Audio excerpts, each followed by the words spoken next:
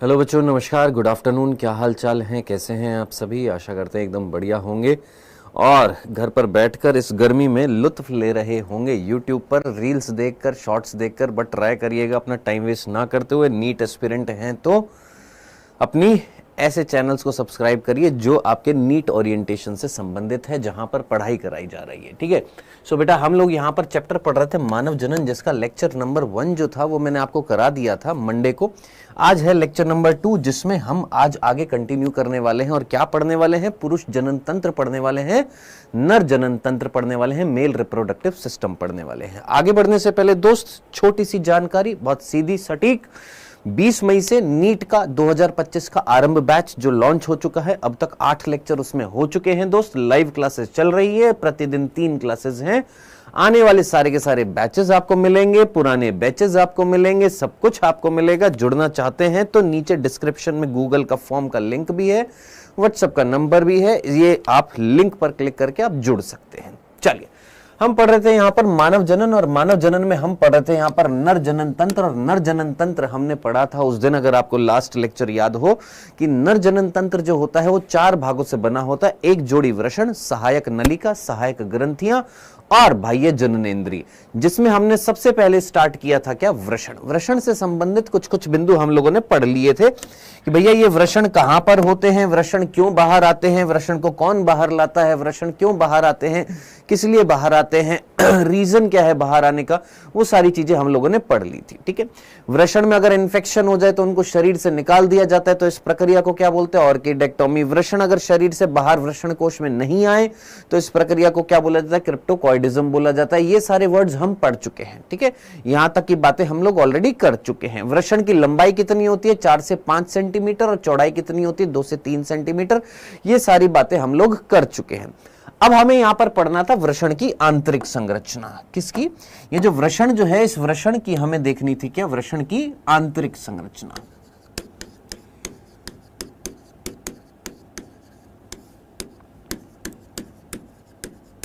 क्या पढ़नी है? वृषण की क्या पढ़नी है? आंतरिक संरचना देखनी है बेटा।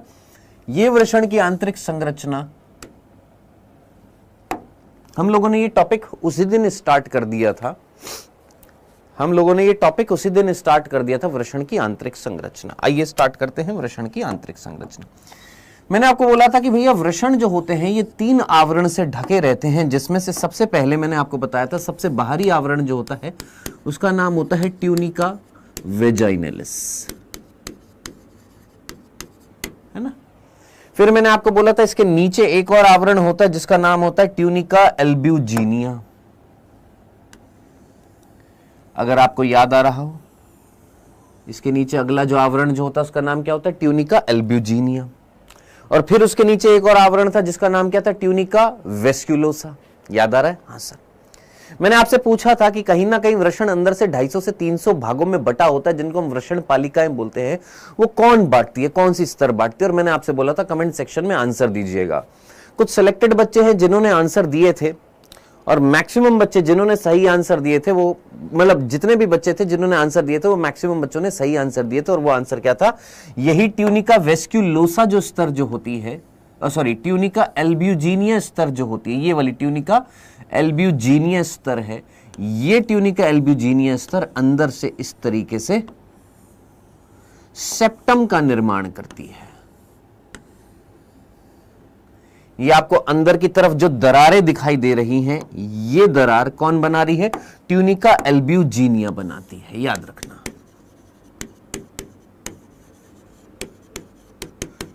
ये दरारें जो होती हैं, इन दरारों को बोला जाता है टेस्टिकुलर सेप्टम।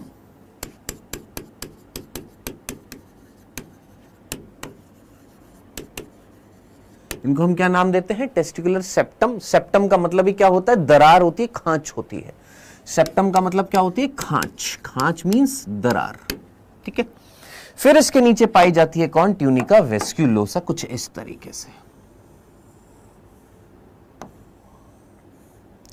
ये है कौन? अंदर की तरफ मिलने वाली ट्यूनिका वेस्क्युलोसा।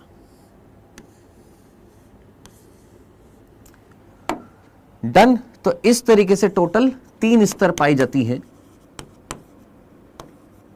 ट्यूनिका वेस्क्यूलोसा। इस प्रकार टोटल 3 स्तर पाई जा रही है और ये तीनों स्तर के नाम में वर्ड आ रहा है ट्यूनिका। ट्यूनिका याद रखना, ट्यूनिका वर्ड का मीनिंग क्या होता है? ट्यूनिका वर्ड जो होता है उसका मतलब होता है प्रोटेक्शन, आउटर मोस्ट यानी बाहरी, सुरक्षात्मक आवरण।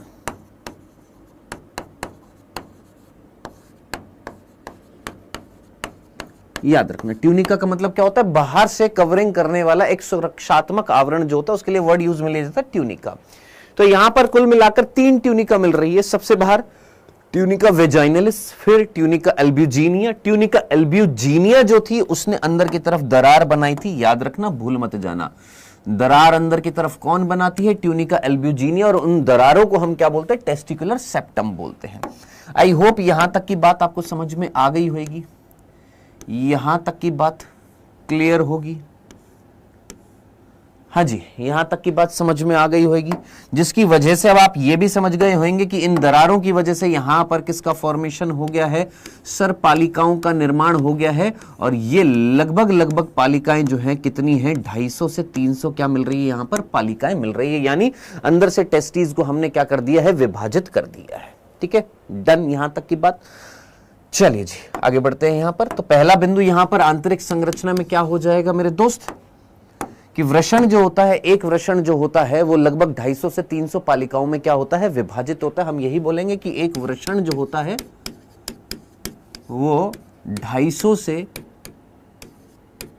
300 वृषण पालिका को अंग्रेजी में बोलते हैं टेस्टिकुलर लोब्यूल्स। टेस्टिकुलर लोब्यूल्स वृषण पालिका में विभाजित होता है।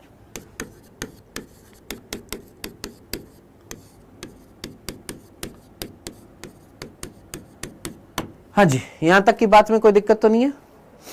सर 11th की बायोलॉजी कब स्टार्ट कराओगे? अभी मेरे को नहीं पता कब स्टार्ट होगी, अभी 12th की स्टार्ट करा रखी है। हाँ जी, यहां तक कोई कंफ्यूजन तो नहीं था, सिंपल सा था। याद रखेंगे दरार कौन बना रहा था, भूलेंगे तो नहीं। ये जो टेस्टिकुलर सेप्टम है इसका निर्माण कौन करता है? याद रखना, ट्यूनिका एल्ब्यूजीनिया इसका निर्माण करती है। यानी वृषण को आंतरिक रूप से विभाजित करने वाली स्तर कौन सी होती है?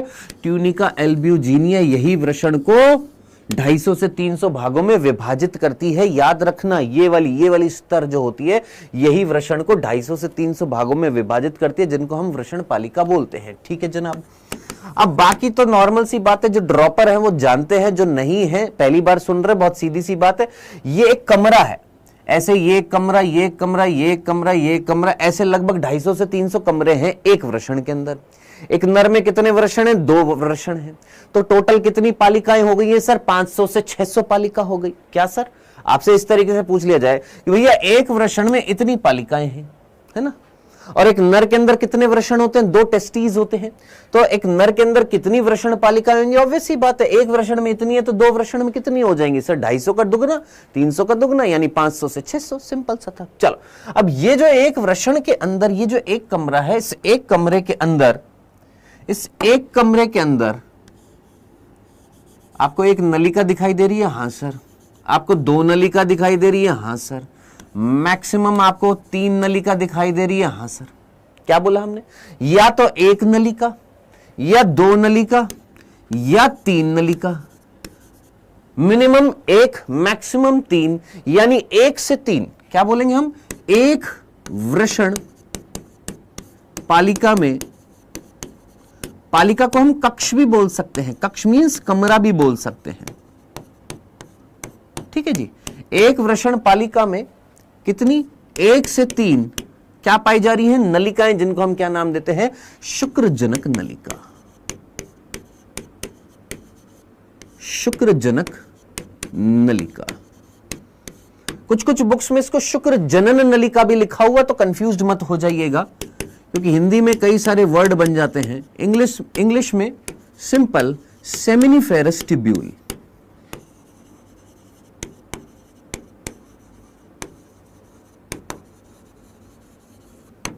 ठीक है जी। तो हमने क्या बोला?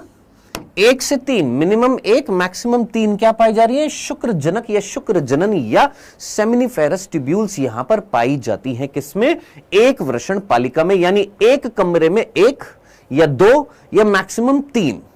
ठीक है, क्या पाई जा रही है? आपकी शुक्र जनक नलिका। अब मैं आपसे पूछूं भैया मेरे को सीधी सी इतनी सी कैलकुलेशन करके बता दो, तुम फिजिक्स पढ़ते हो, उसमें मूलभूत गणित भी पढ़ते हो, मेरे को पता है ना, बेसिक मैथमेटिकल कैलकुलेशन पढ़ते हो, सबसे स्टार्टिंग में शायद यही पढ़ाई जाती है ना, 2 की पावर 3, 2 की पावर, मतलब ये सारा मैंने देखा था अभी कुछ दिन पहले, देख रहा था मैं कुछ। मुझे ये बताइएगा जरा जल्दी से, मुझे बताइएगा इस समीकरण और इस समीकरण को देखकर मुझे बताइए एक नर में कितनी शुक्र जनक नलिका मिलेंगी? एक नर में कितनी शुक्र जनक नलिका मिलेगी?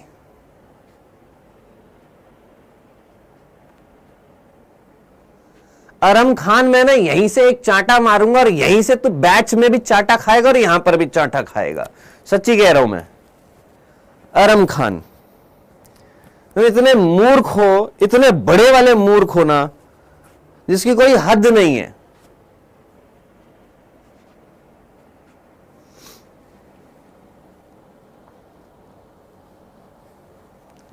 पता है तुमको अरम खान, तुम बहुत बड़े वाले मूर्ख हो।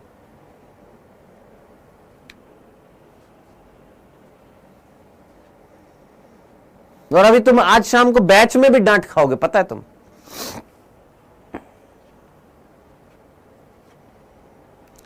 हाँ जी, जल्दी से कितनी होंगी सर? 250 से 900। वेरी गुड, बहुत ही बढ़िया। हमने बोला एक वृषण में 250 से 300 क्या मिल रही है? वृषण पालिका। एक वृषण पालिका में 1 से 3 क्या पाई जा रही है आपकी? 1 से 3 क्या पाई जा रही है? शुक्र जनक नलिका। तो बताओ एक वृषण में कितनी शुक्र जनक नलिका? सर एक वृषण में, एक पालिका के अंदर 1 से 3 है, यानी मिनिमम कितनी हो गई सर? 250, और मैक्सिमम कितनी हो गई? 300 इंटू 3 कितनी हो गई? 900, है ना। हालांकि क्वेश्चन नहीं पूछा जाएगा, लेकिन लॉजिकली थोड़ा तो कैलकुलेटिव पार्ट तय कर सकता था ना। मिनिमम कितनी हो गई सर? 250, मैक्सिमम कितनी हो गई सर? 900। और एक नर के अंदर कितने वृषण सर? 2 वृषण। एक वृषण में अगर ये है तो 2 वृषण में कितना हो जाएगा सर? 2 वृषण में हो जाएगा, दुगना कर दे, 500 इंटू 1800, इतना हो सकता है। बोलो सर 250 से 900 तो एक वृषण में हुआ ना दोस्त। मैंने पूछा था एक नर के अंदर कितना होएगा, एक नर में कितना होएगा? तो एक नर में 2 वृषण है। जब एक वृषण में इतनी है तो 2 वृषण में कितनी हो जाएंगी? इतनी हो जाएंगी। लो जनाब बताओ। हाँ जी, डन, क्लियर, चले आगे। याद रखना, तो एक वृषण में इतनी शुक्रजनक नलिका, तो 2 वृषण में कितनी शुक्रजनक नलिका, ये हमने यहां पर लिख दिया है, याद रखना।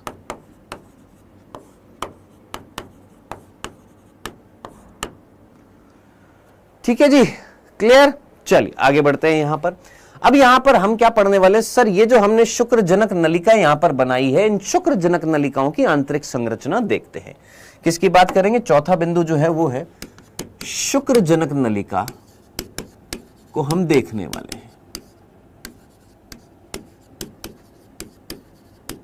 किसकी बात करने वाले? शुक्रजनक नलिका की हम लोग यहां पर बात करने वाले हैं। आइए, हमने बोला कि भैया शुक्रजनक नलिका जो थी इस तरीके से, ये एक नलिका, मिनिमम कितनी थी 1, मैक्सिमम कितनी थी 3, हम यहां पर 2 बना देते हैं। ये हमारी 2 कौन है? शुक्रजनक नलिका। ठीक है, इनमें से एक शुक्रजनक नलिका को हम यहां पर दिखा रहे हैं। ये एक शुक्रजनक नलिका जो है इसको हम बड़ा करके दिखा रहे हैं, ये एक शुक्रजनक नलिका को। ठीक है जी, आइएगा।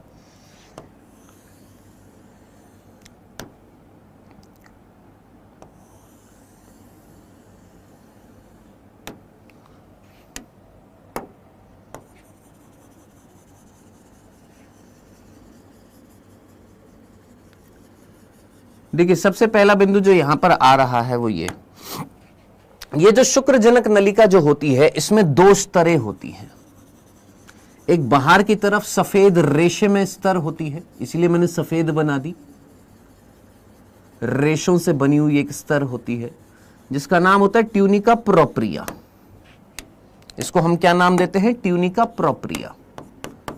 अब अगेन ट्यूनिका वर्ड आ रहा है तो आप समझ सकते हैं क्या काम कर रहा होगा सर? प्रोटेक्शन दे रहा होगा।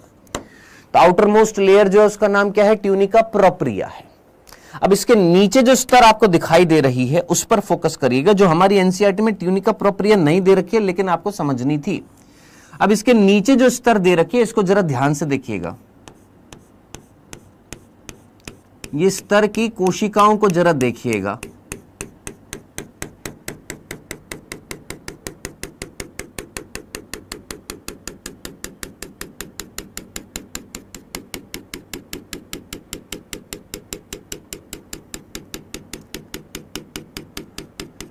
एक क्वेश्चन बनता है जो इस चैप्टर से संबंधित तो नहीं है लेकिन एक दूसरे चैप्टर में आता है और उस चैप्टर का नाम है क्या?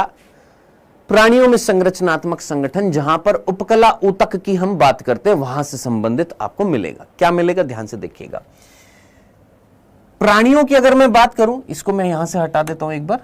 प्राणियों की अगर मैं बात करूं, एनिमल्स की अगर मैं बात करूं बेटा, एनिमल्स की अगर मैं बात करूं, प्राणियों की बात करूं, जंतुओं की बात करूं, चाहे प्राणी बोल दो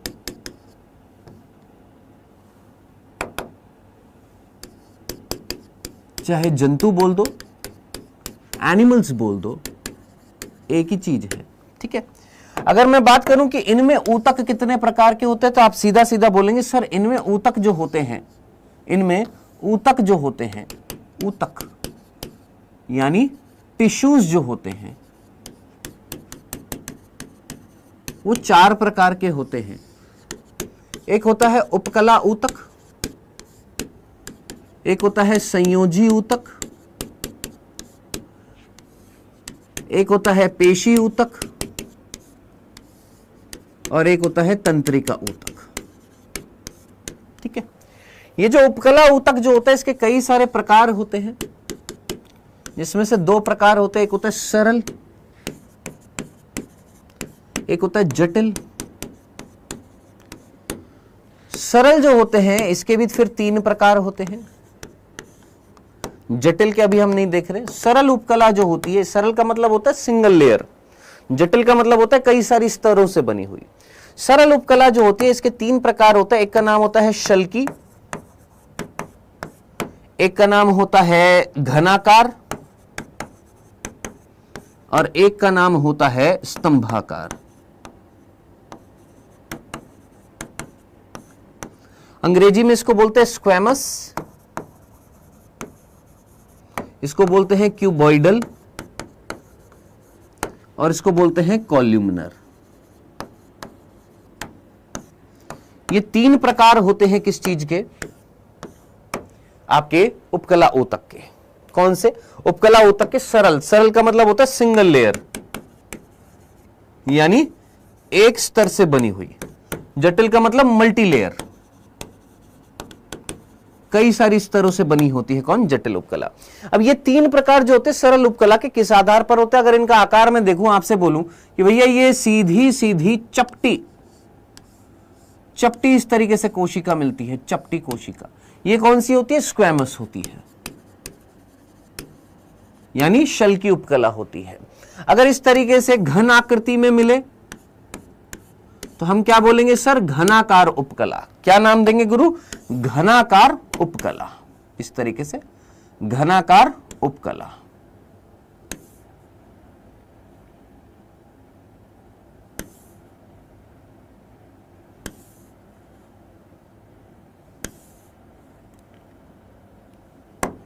ठीक है जी। तो इस तरीके से अगर मिलेगी तो क्या कहलाएगी? घनाकार उपकला कहलाएगी। और इस तरीके से लंबी लंबी कोशिकाएं मिल रही हैं। क्या मिल रही हैं? इस तरीके से लंबी लंबी कोशिकाएं मिल रही हैं और ये लंबी लंबी कोशिका स्तंभ के रूप में मिल रही है। जैसे स्तंभ होता है ना, स्टेम होता है ना लंबा लंबा, इस तरीके से अगर मिल रही है तो इनको हम क्या बोलेंगे? स्तंभाकार उपकला। और ये स्तंभाकार उपकला का एक अभिलक्षण होता है कि इनका केंद्रक जो होता है इनके आधार पर होता है, बाकी में सेंटर में। यहां पर केंद्रक जो होता है वो कहां पर होता है? इनके आधार पर होता है। सो दिस इज स्तंभाकार यानी कॉल्यूमिनर, ये क्यूबॉइडल है यानी क्यूब के जैसी, और ये हमारी स्क्वेमस। सिंपल सा था। अब ये सारी चीजें क्यों बताई जा रही है? बहुत सीधा सा चीज बताने के लिए कि ये जो हमारी शुक्रजनक नलिका जो हम यहां पर देख रहे थे, उस शुक्रजनक नलिका में जो बाहर की तरफ जो स्तर जो थी वो रेशे में है। रेशे में मींस रेशों से बनी हुई है, फाइबर से बनी हुई है। अंदर की तरफ ये जो स्तर आपको दिखाई दे रही है पिंक कलर की, इस पिंक कलर की स्तर में केंद्रक अगर आप देखेंगे तो आधार पर दिख रहा है, और ये कोशिकाएं जो है ये लंबी लंबी कोशिकाएं हैं, स्तंभ के जैसी कोशिकाएं हैं। तो इतना आपको आइडिया लग गया होगा कि ये जो कोशिकाएं यहां पर आपको दिखाई जा रही हैं, ये कोशिकाएं कौन सी कोशिकाएं हैं बेटा? ये कोशिका जो है ये है स्तंभाकार उपकला। बस इतना सा मीनिंग समझाना था। आई होप इतनी बात सुनने के बाद में समझ में आ जाएगा। अगर समझदार होंगे, ना समझ होंगे तो बिना फालतू की चैट कर रहे होंगे। चलिए जी, तो यहां पर क्या पाई जा रही है? सर ये स्तंभाकार उपकला पाई जा रही है।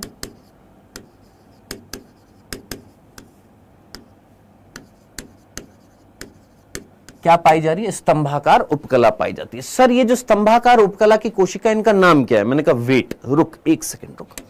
इन्हीं स्तंभाकार उपकला में कुछ कुछ जगहों पर इन्हीं स्तंभाकार उपकला में कुछ जगहों पर अगर मैं देखूं तो यहां पर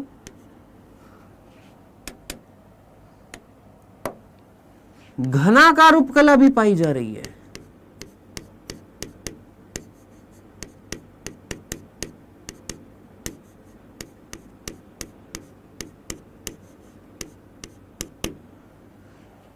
क्या बोला हमने? कुछ जगहों पर इस तरीके से घनाकार उपकला भी यहां पर पाई जा रही है।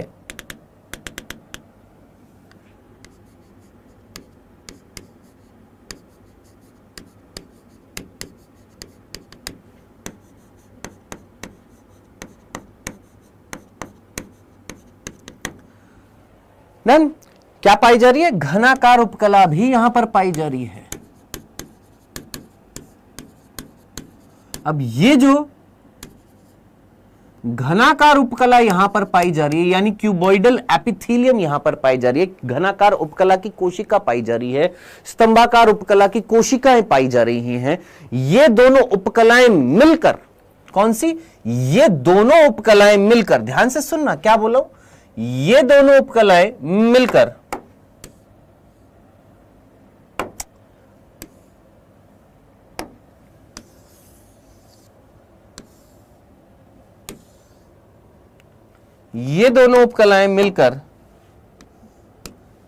स्तंभाकार उपकला और घनाकार उपकला, ये दोनों मिलकर, याद रखना है, ये दोनों मिलकर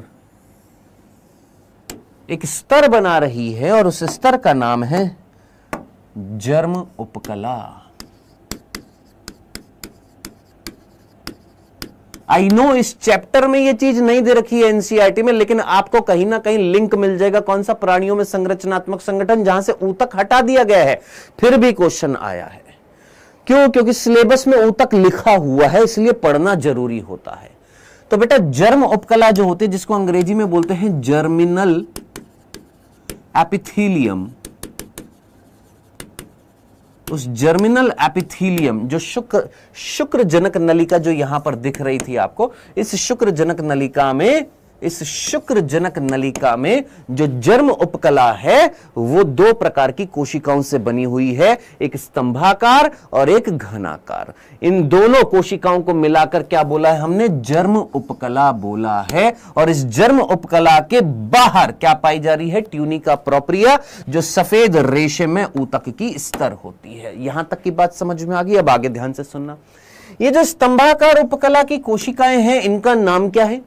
और ये जो घनाकार उपकला की कोशिकाएं हैं, इनका नाम क्या है? बेटा यही घनाकार उपकला की कोशिकाएं आगे चलकर शुक्राणु का निर्माण करती हैं। क्या सर? क्या सर? वापस से, यही घनाकार उपकला की कोशिका आगे चलकर शुक्राणु का निर्माण करती है, और इनको हम क्या बोलते हैं? नर जर्म कोशिका। यही क्या कहलाती है? नर जर्म कोशिका। याद रखना, इन्हीं को हम क्या नाम देते हैं? मेल जर्म सेल बोलते हैं, नर जर्म कोशिका। तेरा पूरा ध्यान अगर यहां पर है तो तेरे को बात समझ में आ रही है? जल्दी से बता। क्या हमने बोला? ये शुक्रजनक नलिका। आपने बोला हां जी सर। मैंने कहा इस शुक्रजनक नलिका को थोड़ा बढ़ा करके देखते। हमने देखा सबसे बाहर एक सफेद स्तर थी, रेशों से बनी हुई, फाइबर से बनी हुई, जिसका नाम हमने धर दिया क्या? ट्यूनिका प्रोप्रिया, जो अंदर की स्तर की प्रोटेक्शन कर रही थी। मैंने कहा बहुत बढ़िया। अब अंदर जो स्तर मिल रही है वो स्तर दो प्रकार की कोशिकाओं से बनी हुई है। मैंने कहा कौन कौन सी? एक है स्तंभाकार और एक है घनाकार। मैंने कहा ओके, ये स्तंभाकार और ये घनाकार मिलकर क्या कहला रही है? जर्म उपकला कहला रही है, जर्मिनल एपिथेलियम कहला रही है। मैंने कहा ठीक है। ये जो घनाकार उपकला है, यही घनाकार उपकला आगे चलकर क्या बनाती है? शुक्राणु बनाती है, स्पर्म बनाती है। और ये घनाकार उपकला की ये जो कोशिकाएं, इनको हम क्या बोलते हैं? नर जर्म कोशिका। ठीक है सर, ठीक है सर, इतनी सी। अब यही घनाकार उपकला की नर जर्म कोशिका ने क्या बना दिया? आपने बोला सर शुक्राणुओं में बदल गई है ये। मैंने कहा बहुत बढ़िया। किस में बदल गई सर? ये शुक्राणुओं में बदल रही है। अब ये शुक्राणु जो है, इनको क्या चाहिए सर? पोषण चाहिए। हाँ सर। तो ये पोषण लेने के लिए घुस जाते हैं किसके अंदर सर? इन कोशिकाओं के अंदर घुस जाते हैं। कौन सी? वो जो स्तंभाकार उपकला की कोशिका जो थी ना, ये जो स्तंभाकार कोशिकाएं थी, इनके अंदर घुस जाते हैं ये। और क्या लेते हैं? पोषण लेते हैं। तो ये जो स्तंभाकार उपकला की जो कोशिकाएं हैं, ये क्या दे रही हैं? पोषण दे रही है। किसको? शुक्राणु को। वो शुक्राणु जो किससे बनाए गए? नरजर्म कोशिका। यही नरजर्म कोशिका आगे चलकर किसका निर्माण करती है सर? शुक्राणु का निर्माण करती है। ठीक है जनाब। ये शुक्राणु पोषण लेने के लिए किसके अंदर घुस गए हैं सर? रसोई घर में घुस गए हैं। वो रसोई घर कौन है? ये स्तंभाकार उपकला। ये स्तंभाकार उपकला की जो कोशिकाएं हैं, इन कोशिकाओं को हमने क्या नाम दिया सर? जो जो जो मदद कर रही है, जो फायदा दे रही है, जो पोषण दे रही है, इन कोशिकाओं का नाम है सर्टोली कोशिका। क्या नाम है इनका? सर्टोली कोशिका। सिंपल। बोलो जनाब। अब सर्टोली कोशिका जो है, क्या वो सर्टोली कोशिका जो है, क्या वो एक नर्स की तरह काम कर रही है? नर्स देखभाल कर रही है? भाई नर्स होती है हॉस्पिटल में, नर्स होती है। हाँ सर। आप मुझे बताया, अगर कभी हॉस्पिटल में कोई एडमिट होता है तो क्या उसकी देखभाल डॉक्टर करता है कि नर्स करती है? नर्स करती है। बार बार आना, इंजेक्शन लगाना, बार बार आना, है ना, जो भी फ्लूइड लगाना है वो सारा कौन करता है? हाँ, आदेश डॉक्टर दे देते हैं। करता कौन है? देखभाल कौन कर रहा है वहां पर? नर्स ही तो कर रही है। तो यहां पर ये जो शुक्राणु है, इसकी देखभाल कौन कर रहा है? इसको पोषण कौन दे रहा है? यही कोशिका। कौन? आपकी स्तंभाकार सर्टोली कोशिका। इसीलिए सर्टोली कोशिका को एक और नाम दिया जाता है अंग्रेजी में, और इनको बोला जाता है नर्सिंग सेल या नर्स सेल। एक और नाम दिया जाता है जिसको हम बोलते हैं सस्टेंटेक्युलर सेल।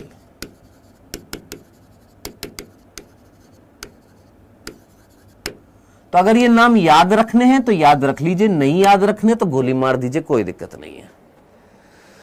हाँ जी, डन।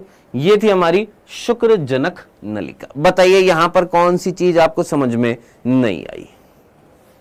हाँ भाई, मेडिकल स्टूडेंट, नाम में मेडिकल स्टूडेंट पटाने आया है यहां पर, हैं? हाय सौम्या, क्या करना है तेने? हैं? हैं? बोल भाई।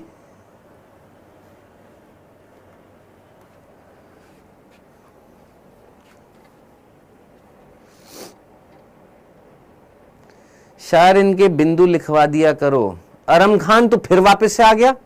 मैं तेरे को अब सीधा बैच में मिलूंगा और मैं तेरे को वहीं पर सुनाऊंगा, यहां सबके सामने नहीं सुनाऊंगा।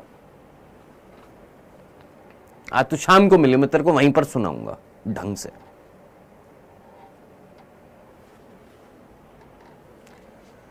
हाँ, वंसल यादव चल रही है बेटा, क्लासेस रेगुलर चल रही हैं।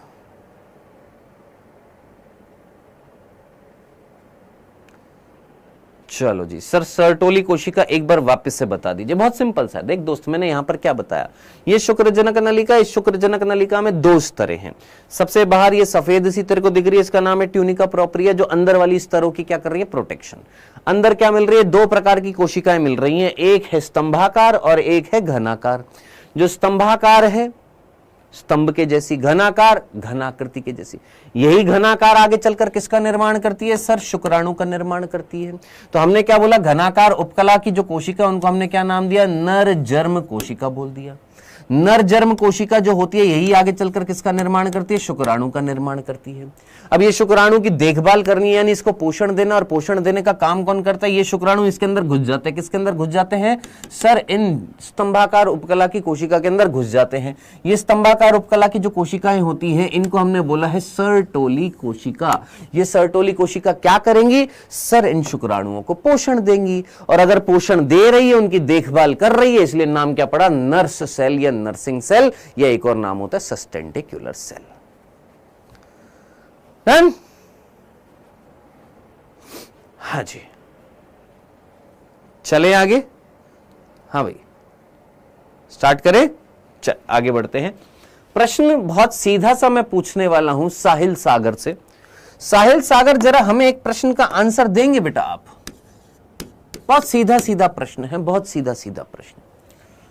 शुक्रजनक नलिका, साहिल सिंह, शुक्रजनक नलिका की जर्म उपकला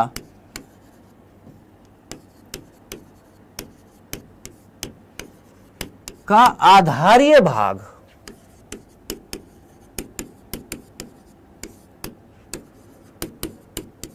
कौन बनाता है?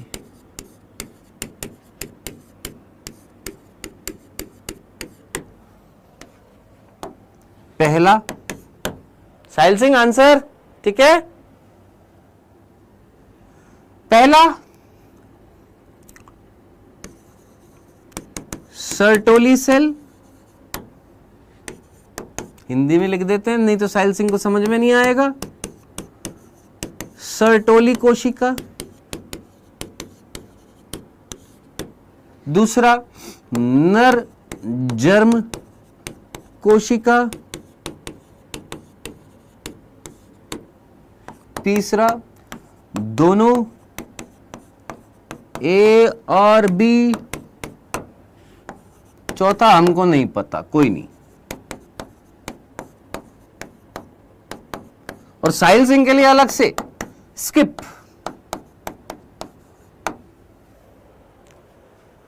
हाँ जी, ये साहिल सिंह बोलना।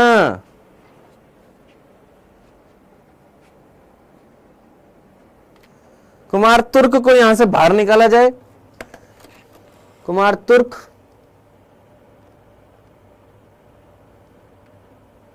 बेटा आसमान को नहीं छूना, पहले धरती पर रहो। तुम आसमान बहुत जल्दी छू लेते हो यार दोस्त, भागो यहां से।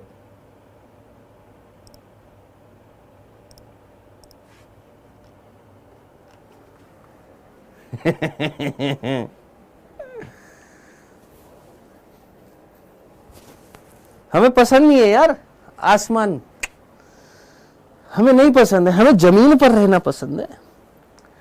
जमीन से जुड़े रहो दोस्त, ठीक है। साहिल सागर कह रहे ना पतो, ना पतो स्किप कर दिया। साहिल सागर ने कह रहे ना पतो का है, एजुकेशन वाले से पूछ ले फिर, है ना पतो। देखो इनके ये कुछ तुच्चे बालक हैं जो यहां पर आते हैं, यहां वहां की बातें करते हैं, है ना। समझना इस चीज को, इनके होने ना होने से कोई फर्क नहीं पड़ेगा तुम्हारे भविष्य में और मेरे पढ़ाने में। थोड़ा बहुत पड़ता है, इतना नहीं पड़ेगा। लेकिन कुछ कुछ बच्चे ऐसे होते हैं जो ऐसे ऐसे ऐसे बेवकूफों की वजह से मॉड्यूलेट हो जाते हैं उनका दिमाग, क्योंकि अपना दिमाग तो है नहीं, इसलिए ऐसे भोंदुओं की वजह से उनका दिमाग जो है मॉड्यूलेट होने लग जाता है। तो प्लीज इसलिए बोला जाता है पढ़ते हुए चैट सेक्शन बंद किया करें। आंसर दे रहे हो सिर्फ आंसर दो, नहीं तो इन फालतू फालतू लोगों को देखो ही मत। चैट सेक्शन देखोगे ऐसे ना जाने कितने मिल जाएंगे आपको छपरी टाइप के। हाँ जी, शुक्रजनक नलिका कि जर्म उपकला का आधारीय भाग कौन बनाता है? कौन बनाता है? कर लिया?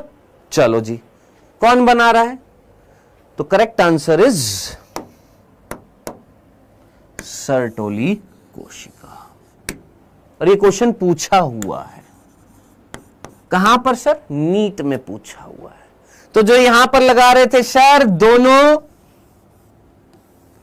जो यहां पर लगा रहे थे सर दोनों बनाती हैं सर, नर जर्म कोशिका बनाती है सर। कोई नहीं, हमको पता नहीं। करेक्ट आंसर क्या होगा बेटा इसका? इसका करेक्ट आंसर है क्या? सर्टोली कोशिका। अब आप पूछेंगे कैसे? कैसे पूछेंगे ना सर, कैसे? मैंने कहा तेरे को ये नलिका दिख रही है? तूने बोला हां सर। मैंने कहा ठीक है। मैंने कहा मान ली ये नलिका कुछ इस तरीके से है,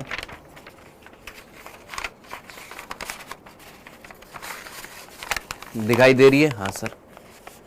ठीक है, अब हमने इस नलिका को चीर दिया, ऐसे काट दिया। काटने के बाद जब सामने से देखेगा तो कैसी दिखाई देगी? गोल दिखाई देगी? हां सर। अरे भैया ये नलिका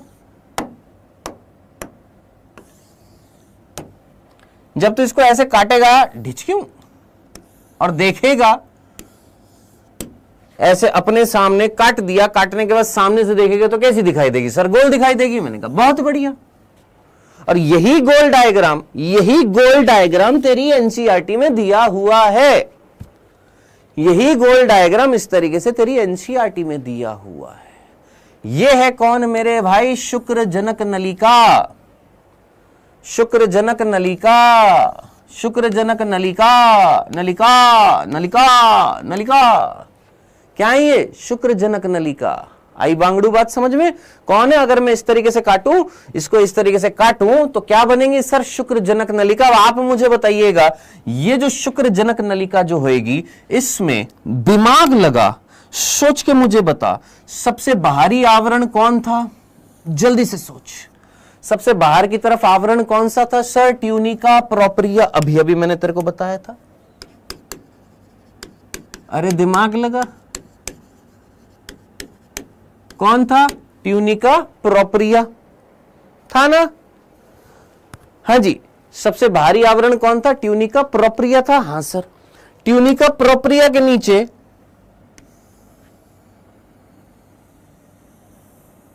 कौन थी सर? जर्म उपकला। मैंने कहा अब उस जर्म उपकला में बांगड़ू लाल जरा दिमाग लगा, यहां पर लंबी लंबी लंबी लंबी कोशिका थी। हां जी, ये जो लंबी लंबी लंबी लंबी स्तंभ के जैसी कोशिका थी, इन स्तंभ के जैसी कोशिकाओं को हमने क्या बोला था? सर्टोली कोशिका। हाँ जी, जिनके आधार पर क्या मिल रहा था सर? न्यूक्लियस मिल रहा था, केंद्रक मिल रहा था। हाँ जी, और हमने बोला कुछ कुछ कुछ कुछ कुछ कुछ कुछ कुछ कुछ जगह पर इस तरीके से घनाकार उपकला भी पाई जा रही थी। हाँ जी,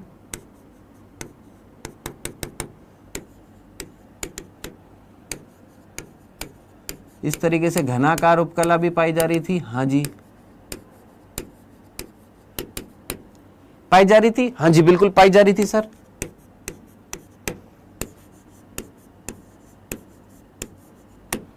अब मैंने तेरे से क्वेश्चन क्या पूछा था उस पर फोकस करना। मैंने पूछा शुक्रजनक नलिका की जर्म उपकला। अब थोड़ा दिमाग लगा, यहां पर जर्म उपकला कौन सी है? पिंक कलर की है। हां सर। भाई ये कौन थी सर? ये सर्टोली। और ये कौन है? नर जर्म। और ये दोनों मिलकर क्या बना रही है सर? जर्म उपकला। अभी तो मैंने ऑप्शन में यहां पर पता है, तीसरे ऑप्शन में अगर मैं यहां पर लिख देता ट्यूनिका प्रोप्रिया, कई सारे बच्चे यहां पर ट्यूनिका प्रोप्रिया भी कर देते आंसर। अब जरा खुद कॉमन सेंस लगा, सर्टोली कोशिका और नर जर्म कोशिका। मैं कह रहा हूं तेरे से सिर्फ इस पिंक वाली स्तर को देख, और इस पिंक वाली स्तर को देखने के बाद सोच आधार कौन बना रही है। ये जो जर्म उपकला जो दो प्रकार की कोशिकाओं से बनी हुई, इन दोनों कोशिकाओं में आधार कौन बना रही है? आधार, जनाबे आली, आधार कौन बना रही है? आधार, बेस कौन बना रही है?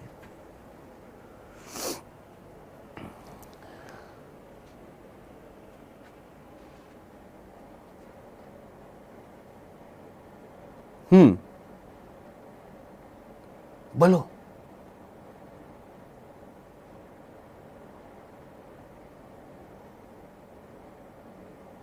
समझ में आ गया कौन बना रही है आधार? अरे इतने से पार्ट को देख ले, ये आधार कौन बना रही है? नीचे की तरफ कौन मिल रही है? कौन बेस बना रही है दोस्त? तो सर्टोली कोशिका जो है वो आधार बनाती है, और ये क्वेश्चन पूछा गया है। तो अगर इसको थोड़ा सा और मॉड्यूलेट कर दूं, आधार कौन बना रही है? घनाकार कोशिका कि स्तंभाकार कोशिका? तो आप बोलेंगे सर स्तंभाकार। क्यों स्तंभाकार? क्योंकि आपको ये समझ में आ गया कि घनाकार जो थी वो थी नर जर्म कोशिका, और स्तंभाकार जो है वो कौन है? सर्टोली कोशिका। डन। चीजों को डेप्थ तक समझ, ऊपर ऊपर से पढ़ लेगा, ऊपर ऊपर से कर लेगा sir NCERT NCERT NCERT NCERT NCERT, बस एनसीईआरटी एनसीईआरटी करता रहियो, है ना? तो चीजों को कुछ कुछ डीपली अंडरस्टैंड करना पड़ेगा, उनका मीनिंग समझना पड़ेगा। क्यों सर? ये तो हमारे इस चैप्टर में एनसीईआरटी में नहीं लिखा हुआ ना, ये जो चीज आपने बताई है ये तो नहीं लिखी ना। सर्टोली कोशिका स्तंभाकार होती है, जर्म कोशिका घनाकार होती है, ये तो नहीं लिखा हुआ ना। प्राणियों में संरचनात्मक संगठन जब पढ़ेगा तो वहां पर आ जाता है। कहां पर? उपकला ऊतक। जब वहां पर तू पढ़ता है उपकला ऊतक में सरल उपकला ऊतक में शल्की घनाकार स्तंभाकार, तो यहां पर घनाकार का एग्जाम्पल आ जाता है कौन? जर्म कोशिका। तो याद रखना घनाकार का एग्जाम्पल कौन होती है? जर्म कोशिका, भूल मत जाना। अब चाहे वो नर जर्म कोशिका हो या मादा में जब पढ़ेंगे अंडाशय के अंदर, तो अंडाशय में भी क्या मिलेगी? जर्म कोशिका मिलेगी। वो भी कैसी होएगी? घनाकार होएगी।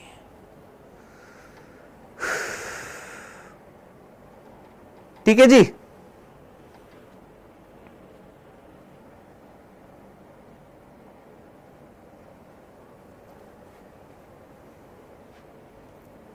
चले आगे बढ़े। परिधि समझ में आ गया? चलो जी आगे बढ़ते हैं। यहां तक की बात थी, ये हम लोगों ने देखा है क्या? शुक्रजनक नलिका। अब आगे बढ़ते हैं।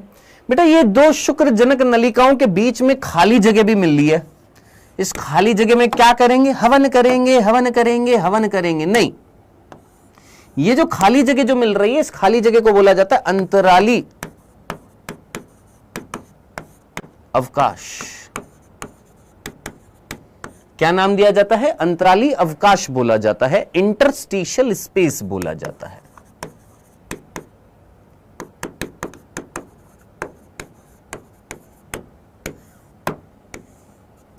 ठीक है।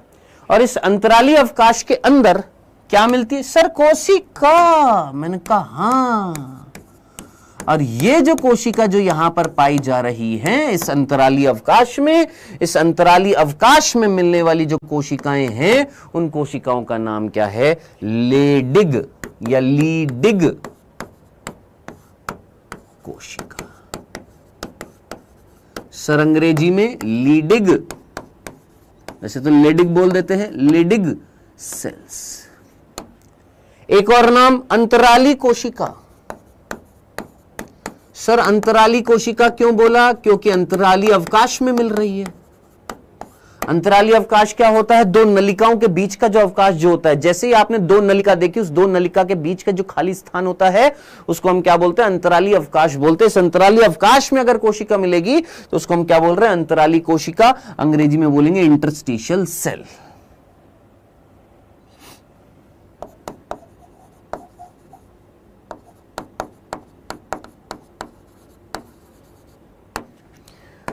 डन दोस्त, यहां तक की बात समझ में आ गई है। तो अंतराली अवकाश में मिलने वाली अंतराली कोशिका या लेडिग कोशिका बोला जाता है। यह चीज आपने याद रखनी है।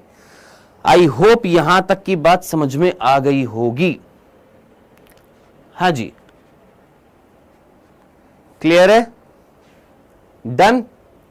चलें आगे। सर ये क्या काम करती है? इन कोशिकाओं का काम क्या होता है? देख, आपको नर जर्म कोशिका का काम तो समझ में आ गई, आगे चल के शुक्राणु बनाएगी।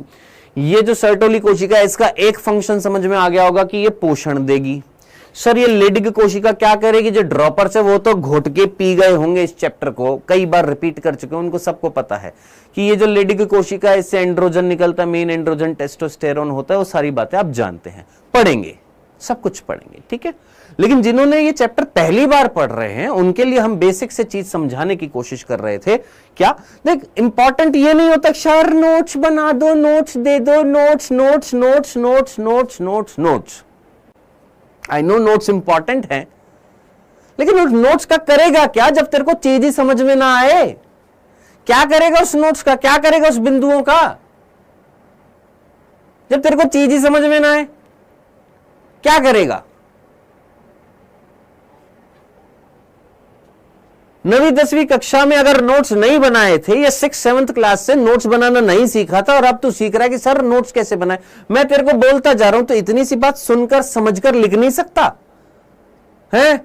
स्पैम कर रहा है, कौन है ये अभी डांट खाएगा, ये आज शाम को बैच में भी डांट खाएगा। इसका नाम है अरम खान। मैं छोड़ता नहीं हूं ऐसे बच्चों को, इनको सिखाकर ही दम लेंगे भाई साहब।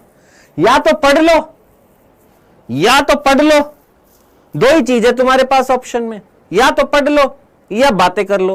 बातें करोगे तो ठुकोगे तुम, नहीं पढ़ोगे तो ठुकोगे तुम, दोनों ही ऑप्शन है।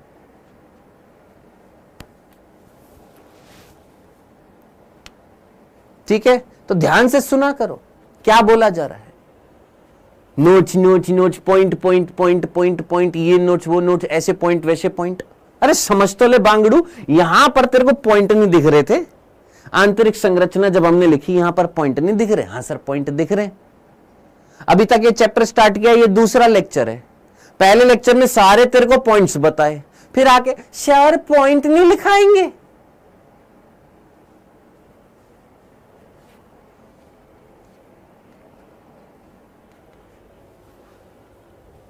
फिर कहते सर आप डांटते हो। डांटते नहीं है, डांटेंगे नहीं, तुम्हारी पूजा करेंगे बे। कई बार 1000 बार एक चीज समझा दी है बेटा, सुन ले, समझ ले, चीजों को देख ले। और पिछले 8 दिन से ये बैच में ये चीज समझा रहा हूं, 8 दिनों से एक चीज समझा रहा हूं कंटिन्यूअसली बैचेस में कि पहले सुन लो मेरे भाई, सुन लो, समझ लो, उसके बाद प्रतिक्रिया दो। नहीं, हम हैं ढीठ, ढीठ भी नहीं, महाढीठ, महाढीठ भी नहीं, उच्चतम ढीठ।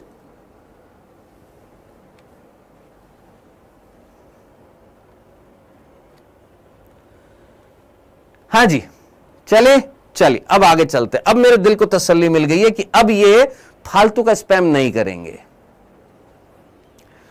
आइए, तो ये थी बेटा वृषण की आंतरिक संरचना। अब आगे बढ़ते हैं। देखिए, वृषण में हमने देखा, इस वृषण के अंदर इस तरीके से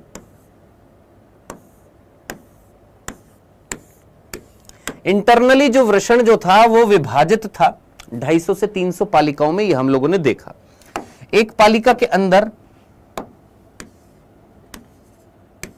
1 से 3 शुक्रजनक नलिकाएं थी। ठीक है सर, अब आगे ये शुक्रजनक नलिकाएं जो हैं, इन्हीं शुक्रजनक नलिकाओं में शुक्राणु का निर्माण होएगा। हाँ, इतना कॉमन सेंस लगाइए। शुक्रजनक नलिका, हाँ सर। अरे भैया ये तूने वृषण देखा ना? हाँ सर। वृषण के अंदर ये शुक्रजनक नलिका, हाँ सर। शुक्रजनक नलिका को हमने यहां पर बनाया, हाँ सर। शुक्रजनक नलिका में क्या बनेंगे? शुक्राणु, हाँ सर। शुक्राणु बनने के बाद शुक्राणु को पोषण मिल गया, हाँ सर। पोषण मिलने के बाद वो परिपक्व हो गए, हाँ सर। अब ये शुक्राणु बाहर भी तो निकलेंगे। किससे? इस शुक्रजनक नलिका से बाहर आएंगे, हाँ सर। भाई यहां से पोषण वोषण लेकर, न्यूट्रिशन लेकर यहां से बाहर नहीं आएंगे, हाँ सर आएंगे। किससे? इस शुक्रजनक नलिका से बाहर आएंगे। यानी ये शुक्रजनक नलिका आगे चलकर ये नलिका किसी और नलिका में खुलेगी, हाँ सर। भैया आपके घर में जो भी कूड़ा कचरा होता है नाली में जाता है, हाँ सर। फिर वो नाली कहां जाती होगी? किसी बड़ी नाली में जाकर खुलती होगी। फिर वो बड़ी नाली किस में जाकर खुलती होगी? तालाब में। तालाब किस में जाकर खुलते होंगे? या नदी में। नदी किस में जाकर खुलती है? भैया आगे चलकर कहीं ना कहीं समुद्र में जाकर मिल जाती है। हाँ, तो कुल मिलाकर ये नलिका आगे चलकर किस नलिका में खुल रही है? ये नलिका जो है आगे चलकर किस नलिका में खुल रही है? तो बेटा ये नलिका जो है शुक्रजनक नलिका जो है, ये शुक्रजनक नलिका जो हमने यहां पर बनाई थी, ये रही शुक्रजनक नलिका। ये शुक्रजनक नलिका आगे चलकर एक जाल सा बना रही है।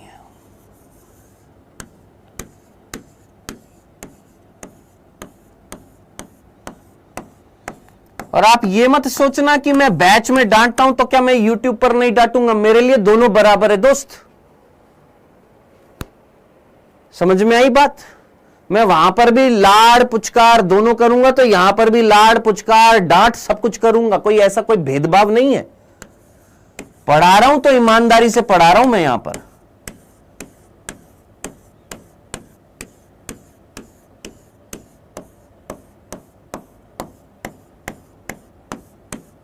और थोड़ा सा कॉमन सेंस लगाएं। जब मैं ईमानदारी से पढ़ा रहा हूं तो मैंने बैच में यह बोला था कि आपको यूट्यूब पर लेक्चर देखने की कोई जरूरत नहीं है। क्यों सर? क्योंकि वहां पर बैच में पढ़ाऊंगा। नहीं सर हम तो देख लेंगे, देख लो, लेकिन ऑलरेडी तुम जब किसी बैच में एनरोल हो, चाहे डाउटनेट में हो, चाहे कहीं पर भी हो, है ना, तो उस बैच में जो चीजें पढ़ाई जा रही है उसकी सेल्फ स्टडी करो ना दोस्त उस टाइम पर।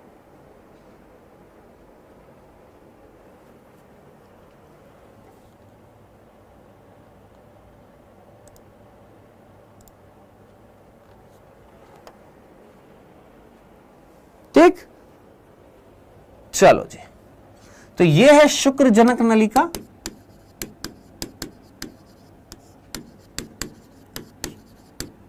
और यह शुक्रजनक नलिका यहां पर क्या बना रही है? एक जाल सा बना रही है। ये शुक्रजनक नलिकाएं आई और क्या बना दिया? एक जाल सा बना दिया है। इस जाल का नाम है वृषण जालिका। इस जाल को हम क्या नाम देंगे? इस जाल को हम नाम दे रहे हैं वृषण जालिका।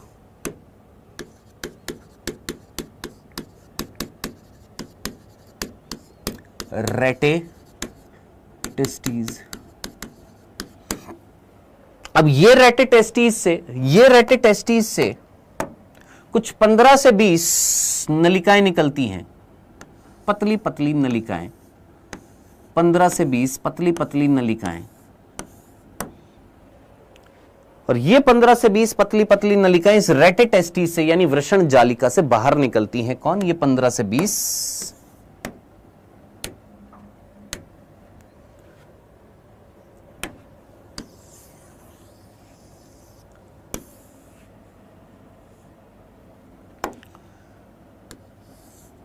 ये 15 से 20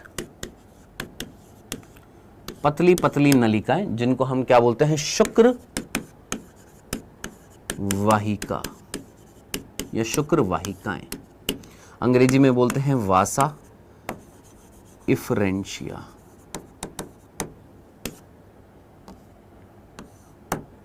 ठीक है, तो 15 से 20 यहां पर वासा इफरेंशिया किससे बाहर निकली है सर? इस जाल से। और ये जाल जो था, इस जाल को हमने नाम दिया था वृषण जालिका। याद रखना, इसको हम क्या नाम देते हैं सर? इसका नाम है वृषण जालिका। ठीक है जी, चलिए। अब ये जो 15 से 20 शुक्र वाहिकाएं ये बाहर आकर किसमें खुल रही हैं? एक लंबी सी नलिका जो अति कुंडलित नलिका है।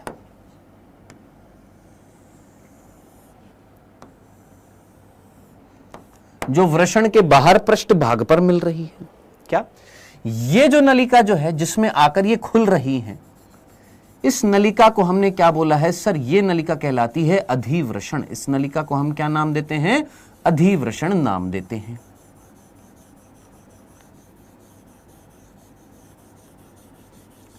क्या नाम दे रहे हैं गुरु? अधिवृषण नाम दे रहे हैं। ठीक है, क्या नाम दिया? ये जो नलिका जो आपको दिखाई दे रही है, इस नलिका का नाम क्या है सर? इसको हमने बोला है अधिवृषण। अधिवृषण जो है, ये अधिवृषण अंग्रेजी में बोलते हैं एपिडिडाइमिस।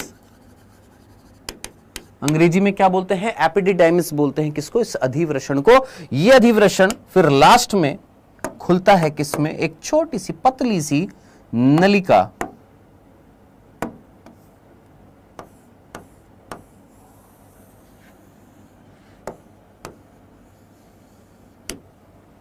और ये जो नलिका जो यहां से निकली है,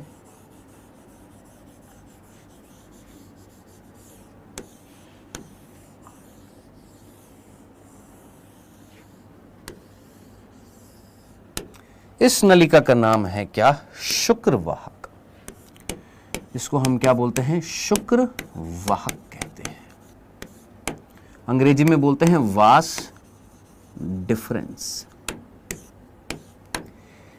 डन, इतनी सी बात थी। ये थी संरचना, और यही संरचना हमारी एनसीईआरटी में एक्सप्लेन कर रखी है। ये देखिएगा, इस डायग्राम को अगर आप देख रहे हैं, आराम से देखिएगा, ध्यान से देखिएगा। जूम भी कर देता हूं मैं यहां पर।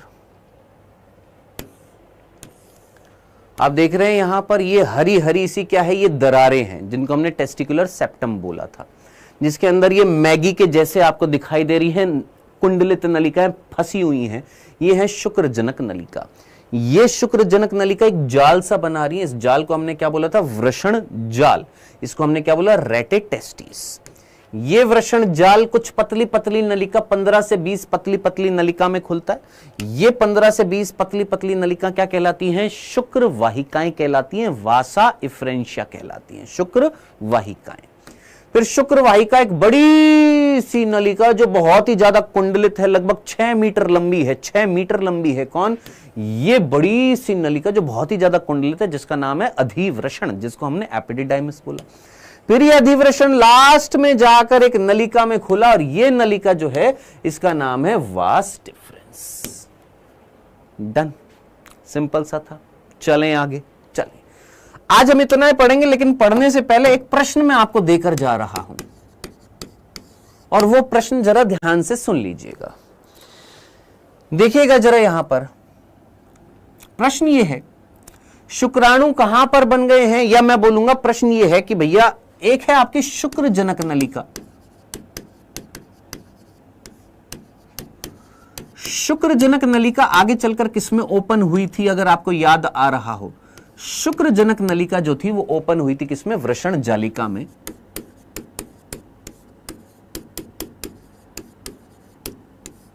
वृषण जालिका किसमें ओपन हुई थी सर? वृषण जालिका ओपन हुई थी सर शुक्रवाहिका में, या शुक्रवाहिका। शुक्रवाहिका किसमें ओपन हुई थी सर? अधिवृषण में। और अधिवृषण किसमें ओपन हुआ सर? शुक्रवाहक में। सर प्लीज इनकी अंग्रेजी भी लिख दो। अंग्रेजी भी लिख देता हूं।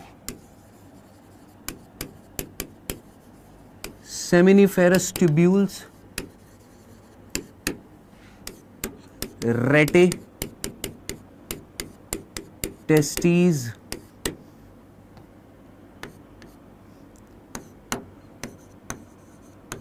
वासा इफ्रेंशिया, एपिडी डाइमिस और वास डिफरेंस। चलो जनाब, ये हमने यहां पर लिख दिया है। अब मेरा प्रश्न बहुत सीधा सीधा रहेगा। ये जो यहां पर लिखी है संरचनाएं, इनमें से प्रश्न बहुत सीधा सीधा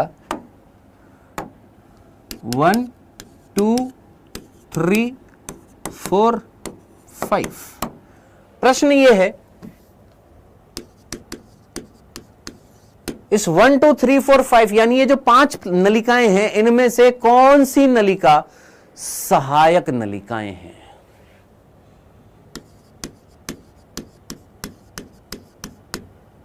सॉरी, इनमें से कौन सी नलिका सहायक नलिका है? चलो ड्रॉपर आंसर दे देंगे। जो नए बच्चे हैं उनसे प्रश्न पूछता हूं, अगर लेक्चर नंबर फर्स्ट सुना है तो। इनमें से कौन सा, इनमें से कौन द्वितीय लैंगिक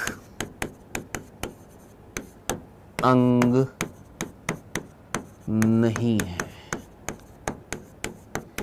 ये दो प्रश्न मैं आपसे पूछ रहा हूं दोस्त। इन दोनों प्रश्नों के आंसर मुझे चैट सेक्शन में चाहिए, अगर आप रियली पढ़ रहे हैं तो। नहीं पढ़ रहे, तुहाडी मर्जी, तुहाडा टाइम, तुहाडा इंटरनेट। ठीक है जी, ये 2 क्वेश्चन है, इन दोनों क्वेश्चन का आंसर मुझे चैट सेक्शन में आप दे सकते हैं, तो जरूर दीजिएगा। फर्स्ट क्वेश्चन का आंसर जो भी नंबर आपने देना है हैशटैग, या उसी के साथ ही सेकंड क्वेश्चन का आंसर इनमें से कौन द्वितीय लैंगिक अंग नहीं है।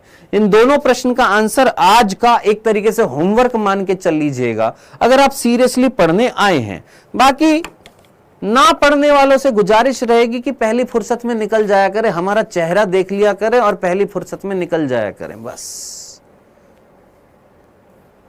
चलो जी, मिलते हैं लेक्चर नंबर 3 के साथ में मंडे को। 2 दिन क्लास होती है अपनी, एक मंडे को और एक थर्सडे को। ठीक है जी।